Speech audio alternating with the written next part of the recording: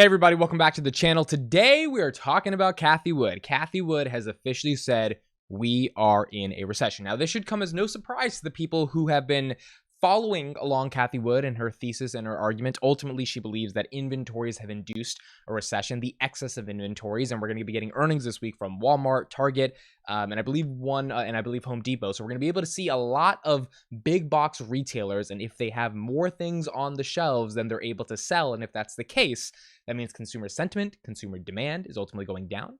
And as a result of consumer sentiment and consumer demand going down, that means these companies don't have the ability to sell as many things as they were selling before, which is going to lead to more deflation over inflation. We've already seen the CPI print peak at 9.1%, came in last week at 8.5%, which is also proving her thesis that deflation is going to happen. Now, obviously, it took a long time to get here, but nonetheless, as long as inflation starts going down, we might see the economy actually trending in a better spot.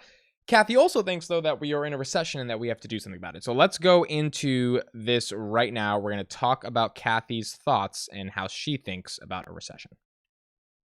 Cathie, if we have disinflation coming, and in your view, the economy in a very weak spot, big debate right now is whether we're currently in a recession. Obviously, it's up to the NBER to officially declare that, but curious to hear your take on where we are currently.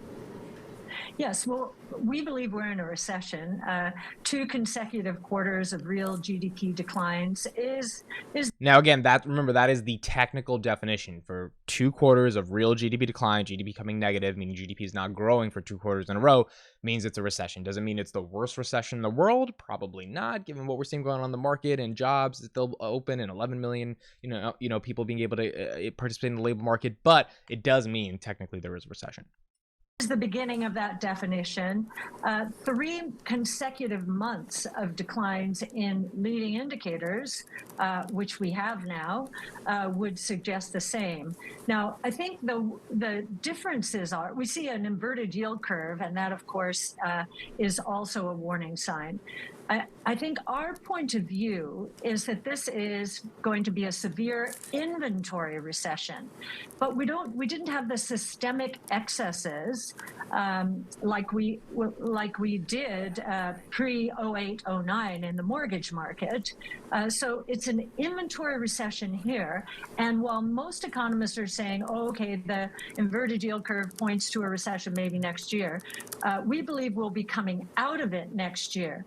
Now, I think the big question is what's going on in China.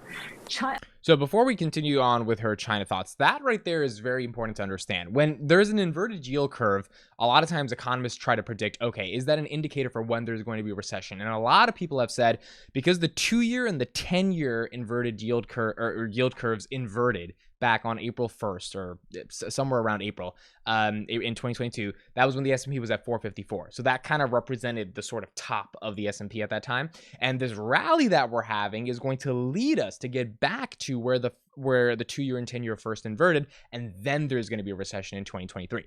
Now, the reason this is a little bit confusing is because if there's going to be a recession in 2023, then that means this is obviously a bear market rally, because if we're going to hit 450 on the S&P by 2023 and then collapse again, just like it was at 478 in 2022, then it's a bit, scary to even buy the market right now, or you definitely have to sell before we have this foreseen recession whenever it may happen. But the other problem here is that next year is a year after the midterm elections. So the midterm elections are in 2022, and historically what we've seen is that when the S&P returns an average of 8% on regular years, it returns an average of 15% on the year after midterm election years. So in 2018, from August to December, we had a massive decline in the stock market. My friend actually lost like $18,000 playing options on Snapchat. He was a senior in college. I don't know what options were, but obviously things were getting pretty bad.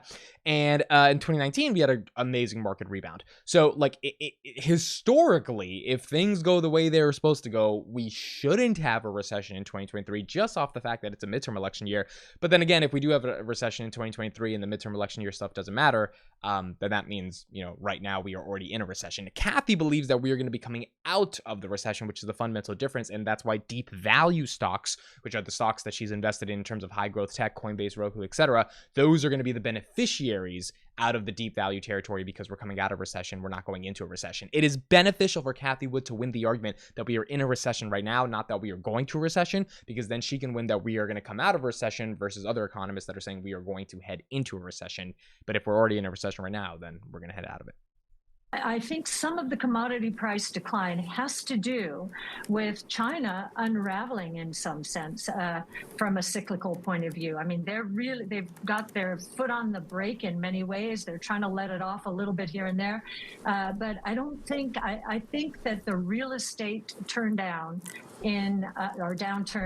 in China is 30% of their economy, 75% of consumer savings. I think they're not going to be able to control it the way they thought they were.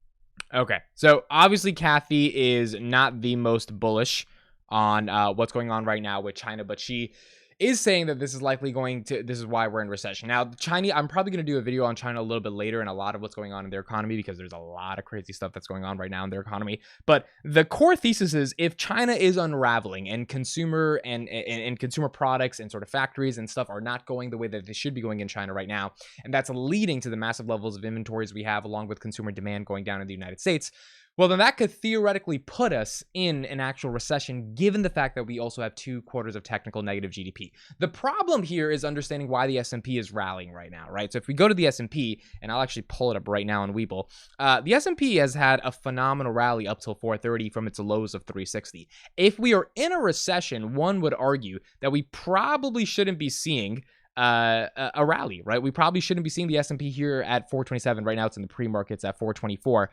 But remember, 478 was the high back in January, right? January 1st. And then we went all the way down to 360. This is the theoretical bottom that we had. And now we're right back up at 427. 478 to 430 is barely a decline. I mean, it's not even a bear market. And most bear markets on average last for about 10 months. This one, we got to 360 and we stayed there for like a couple of weeks. And then we rallied up, which is why I think a lot of people are like, the real recession has not happened. You see people like Michael Burry say, hey, like this is a traditional bear market rally. They use a lot of stats to bring up why this is a bear market rally. Look, it might be, but in Cathie's eyes, to say that we're already in a recession, you could say that, but then you also have to deal with the fact that the S&P is rallying and that the market itself is rallying. And this is the sort of interesting part. If the market is rallying right now, is this a pseudo fake recession that we are in, that we're going to come out of, and then the S&P is going to get to 500 and 560 in 2023 and all of our deep value stocks are going to be in amazing territory?